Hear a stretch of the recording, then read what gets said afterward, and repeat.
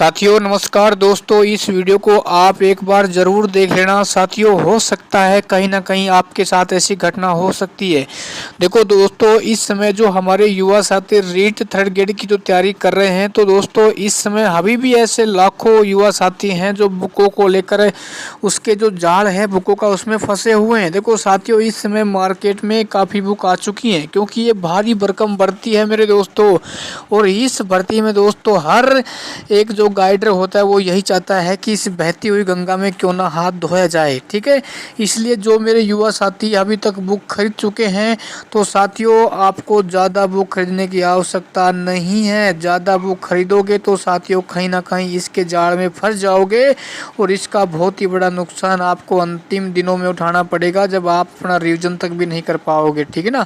तो कोई भी गाइड आप पढ़ रहे हो या आपने गाइड नहीं खरीदी है, तो कोई भी गाइड मेरे साथियों खरीद लीजिए, ठीक है ना। उसमें 80-85% मैटर आपको मिल जाता है और उसमें भी 5% ऐसे क्वेश्चन आएंगे जो मान लो उस गाइडों में नहीं भी आएंगे तो आप उसको कर दोगे, ठीक है ना।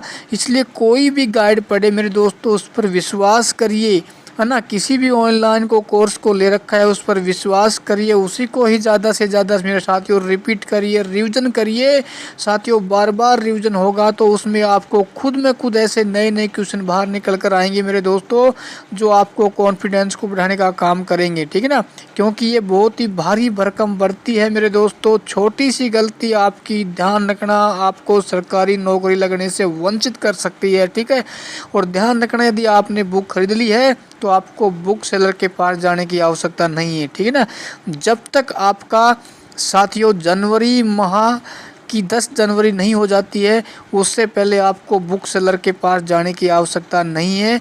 10 जनवरी के बाद ही आपको अपने सोल्ड पेपर खरीदने हैं प्रैक्टिस करने के लिए, ठीक है ना। अभी आप प्रैक्टिस करने के लिए भाई मान लो किसी भी ऑनलाइन कोर्स को लेते हैं, प्रैक्टिस सेट लेते हैं, तो कहीं ना कहीं आपका साथियों कॉन्फिडेंस निश्चित तौर पे साथियों क्या होगा, डाउन हो जाएगा।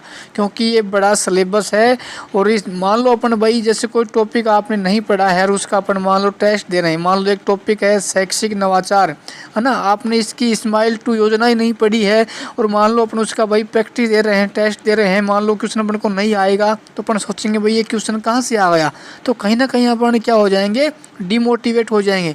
इसलिए साथियों अपना पूरा सिलेबस कवर हो जाता है, उसका कम से कम 1 या 2 बार रिवीजन हो जाता है ना, तो तभी आप किसी भी प्रैक्टिस सेट को खरीदें।